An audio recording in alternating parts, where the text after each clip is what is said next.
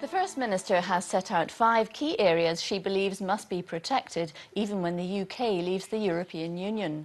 But with so much unknown about what life will be like after Brexit, how will Nicola Sturgeon be able to keep the parts of the EU she likes without Scotland leaving the UK? Here's our political correspondent, Nick Eardley.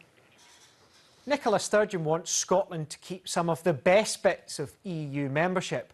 But is that possible? And if so, how?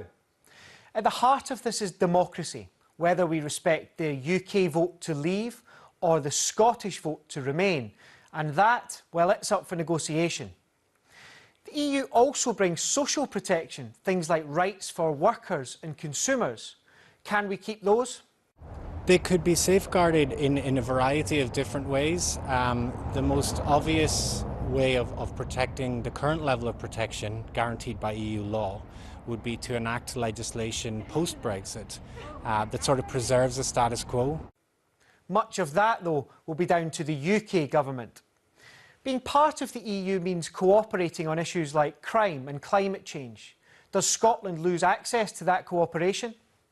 If we leave the EU, we have to ask ourselves, do we want to continue as part of some of those arrangements? And if so, we would have to negotiate with the EU to do that, to ask, can we be part of these arrangements? Or we would have to fall back on international agreements to the extent that they exist and to the extent that we have ratified or are willing to ratify them. One of the biggest questions is the extent to which we retain access to the European single market and the free movement of goods and people. For the First Minister, those issues are key for the economy, but can they be maintained? It is conceivable that the UK stays in the single market after having left the EU. If the UK leaves the single market, things get a lot trickier because it would require a special status for Scotland if Scotland stayed in the UK. If Scotland became independent, of course, it would be a completely different question. The First Minister wants Scotland to not only access the single market, but to be able to influence the rules. Until now, that's something only members of the European Union can do. So is there a chance of a deal which allows Scotland a say when the UK leaves? In theory, that is of course possible. Everything is possible in politics, in theory.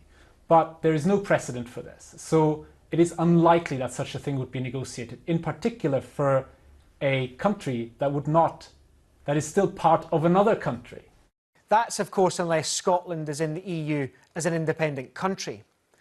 On her wish list of 5, well, it seems on most of those aspects of EU life, there is room for negotiating and testing the rules.